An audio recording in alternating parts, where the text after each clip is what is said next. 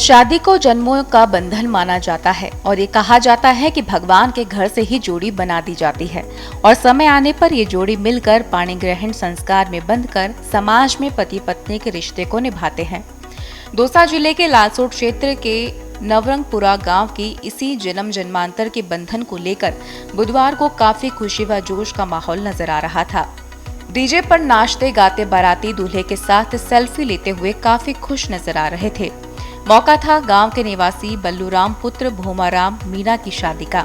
शादी इसलिए खास हो गई कि 55 वर्षीय बल्लूराम अपने गांव से करीब 2 किलोमीटर दूर बसे नापा का बास गांव निवासी दोनों पैरों से लाचार एक दिव्यांग युवती के हाथ थामे उसके साथ पाणी ग्रहण संस्कार में बंधने के लिए जा रहा था।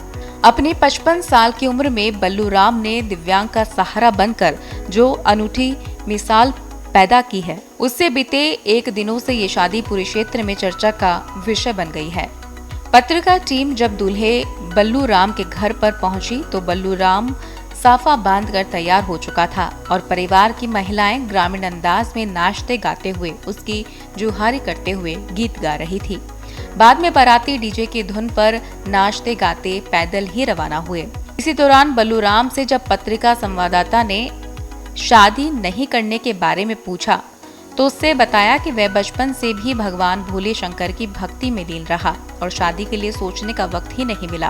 अब शादी करने का मौका मिला है तो दिव्यांग पत्नी भी सेवा करेगी।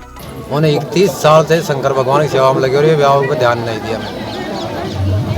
फिर यह का खबर आई दिव्यांग लड़की की तो तरह तरह सेवा शंकर की कर ली, तो यह भी सेवा ही थे, तो यह मौका मिले तो ये सेवा के लिए हमने तैयार है।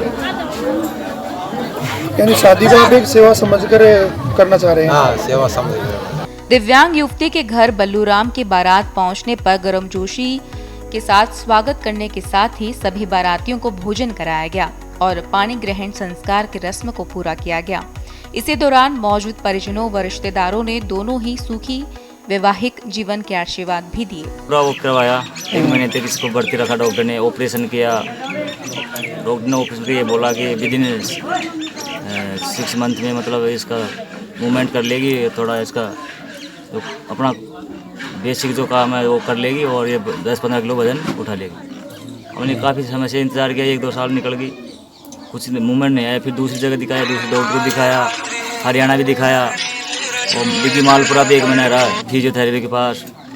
आज तक कोई सुधार नहीं है। खुशी का इसलिए है कि अपना जो समाज है, संस्कृति है, उसके हिसाब से जो संस्कार है वो पूर्ण करना हमारा फर्ज है। इसलिए खुशी भी है और गम भी है कि इसके साथ ऐसे जो सोशल मीडिया पर जो ऐसी बातें हो रही है ना, हमको जैसे जिस तरह से कमेंट कर रहे हैं आज के युवा, वो गलत है और इस समाज में अच्छा संदेश जाना चाहिए था, तो ये गलत संदेश जा रहा है। तो मैं ये कहता हूँ कि ऐसी और भी कोई बच्चियाँ हो, उनको भी ऐसे कोई अपनाए तो अच्छा संदेश समाज में जाए और उनका जो संस्कार हैं जीवन के वो पूर्ण हो तो अच्छा है।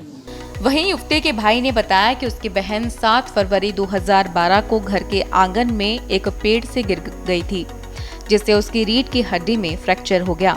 पिता के पास खेती का ही सहारा होने के बाद भी उसके इलाज में कोई कसर नहीं छोड़ी। कई महीनों तक जयपुर एसएमएस में भर्ती भी कराया, लेकिन धीरे धीरे कमर के नीचे का पूरा शरीर सुन्न हो गया। उम्र बढ़ने के साथ इसके विवाह की भी चिंता सताने लगी और विवाह के मौके पर पूरे परिवार में खुशी है।